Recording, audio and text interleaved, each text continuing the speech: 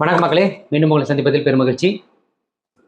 கரை போர் தொழிலுக்கு அப்புறம் தன்னோட அடுத்த படைப்பான கரை விக்னேஷ் ராஜா இயக்கத்தில் வந்திருக்கு. தனுஷ் அவர்கள் முந்தைய வருஷம் ஏகப்பட்ட படங்கள், ஒன்னொன்றும் ஒவ்வொரு ரகம். ஸோ இந்த படம் அவங்களோட காம்போல வரும்போதே ஒரு எதிர்பார்ப்பு இருந்தது.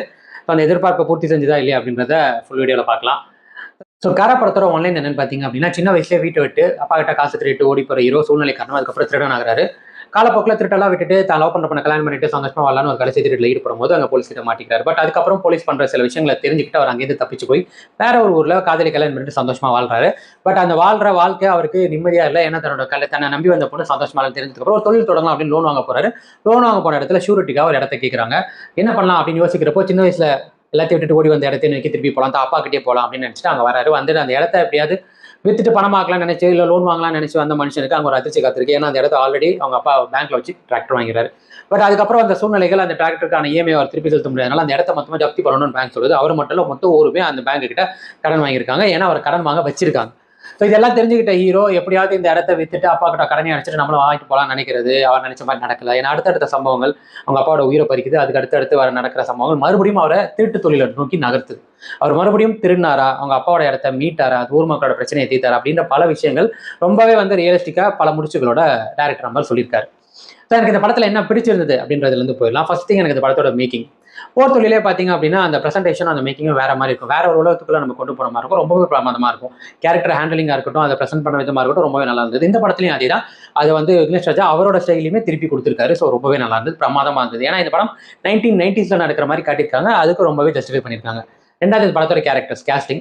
ஸோ முதல்ல எல்லாரோட பெர்ஃபார்மன்ஸையும் தாண்டி முதல்ல இந்த படத்தில் தேவையில்லாத கேரக்டர் அப்படின்றது மமிதா பச்சு. மமிதான்றனால அந்த நான் சொல்லலை, அந்த கேரக்டரே தேவையில்லை. ஆக்சுவலி அந்த ஹீரோயின்ற போர்ஷனே தேவையில்லை. மேபி இந்த விஷயத்துக்கான ஆரம்ப புள்ளியாக வேணா அந்த கேரக்டர் இருக்கலாமே தாண்டி மற்றபடி அது பெருசாக இந்த படத்துக்கு உதவலை.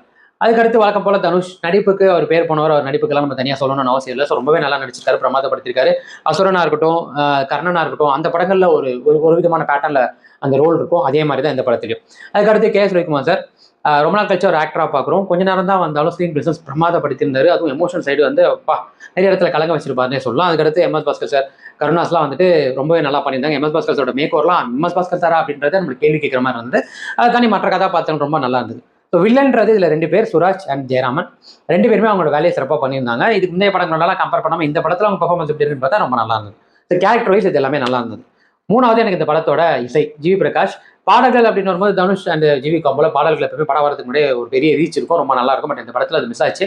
பட் பேரல் ஸ்கோர்னு வரும்போது ஆஸ் யூஷுவல் நான் ஆல்ரெடி சொன்ன மாதிரி இசை உச்ச நட்சத்திரமா இருக்கிற ஜிவிக்கு தொட்டதெல்லாம் தங்கமாகிற மாதிரி இந்த படத்திலையும் பின்னணி இசை செதுக்கிட்டாரு. நிறைய இடங்கள் அந்த சீனை எலிவேட் பண்ணி கொடுத்தது இசை தான். ஸோ மூணாவது இந்த படத்தோட பெரிய ப்ளஸ் நான் நினைக்கிறது இசை தான். நாலாவது இந்த படத்தில் பேசப்பட்டிருக்கிற ஒரு பெரிய பிரச்சனை, இந்த பிளாட் பேங்கிங்ல அந்த காலத்துலேருந்து இந்த காலம் வரைக்கும் 1990ஸ்லையுமே இது நிறைய நடந்திருக்கு. நிறைய பேர் ஊர் சைட்லலாம் நிறைய பேருக்கு அது லோனுனா என்ன, அது என்ன பண்ணும், கட்டலைன்னா என்ன ஆகும்னு எந்த விதமான விவரமும் அவங்களும் சொல்லியிருக்க மாட்டாங்க, இவங்களும் தெரிஞ்சிருக்க மாட்டாங்க. அவங்களுக்கு படிப்பறிவு இல்லாதது ஒரு பாமர மக்கள் ஈஸியாக ஏமாற்றி லோனை கொடுத்துட்டு அதுக்கப்புறம் அந்த லோனை கட்ட முடியாத சூழ்நிலை வரும்போது அவங்க கிட்ட அந்த இடத்த பிடிக்க நிறைய பேர் தற்கொலைலாம் பண்ணியிருக்காங்க.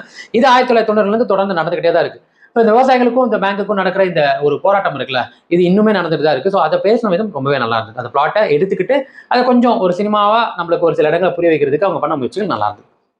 ஸோ இந்த படம் எங்க லேக் அடிக்குது, எங்க இந்த படம் அவரோட போர் தொழில் மாதிரியோ இல்லை தனுஷோட பெஸ்ட்டாவோ இது இல்லாமல் போயிருக்கு அப்படின்னு கேட்டிங்கன்னா, இந்த படத்தோட ரைட்டிங், அதாவது ஸ்க்ரீன் பிளேவா பார்க்குறப்போ இந்த படம் ஆரம்பத்தில் இது எதை நோக்கி நகருது, இது அப்பாவுக்கும் பையனுக்குமான ஒரு எமோஷனல் ட்ராமாவா, இல்லை பையனோட பாஸ்ட் இங்கே ஹான் பண்ண போகிற ஒரு த்ரில்லரா, இல்லை ஹீரோவோட மாச காட்ட போகிற ஆக்ஷன் படமா, இந்த மாதிரி ஏகப்பட்ட கேள்விகளோட இந்த படம் நகருது.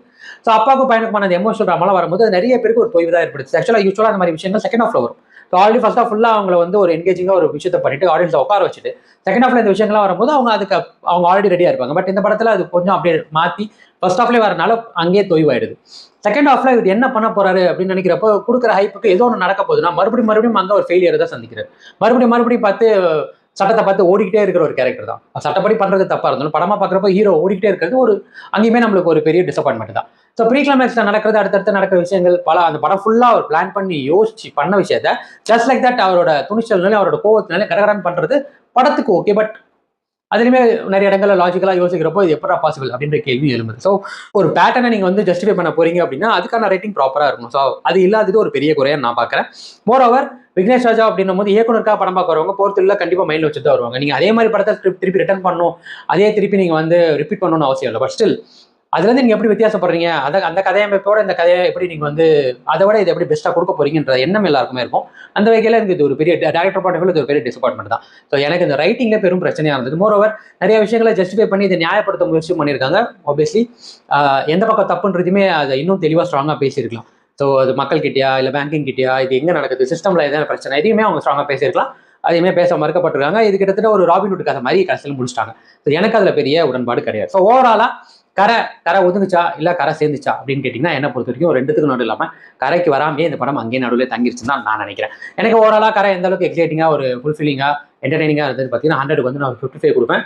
ஸோ அதை தாண்டி பெருசாக இந்த படம் புதுசாக எதுவுமே இல்லாதது ஒரு பெரிய மனக்குறையே, அவ்வளோதான். ஸோ உங்களுக்கு மீண்டும் மன தவிர வேறு நல்லா திரைப்படம் வேறு விமர்சனம் வர முடியும். சந்திக்கிறேன். விஜய் கிராதகன் இது நம்ம ஷோ ஃப்ரீல இருந்து போச்சு.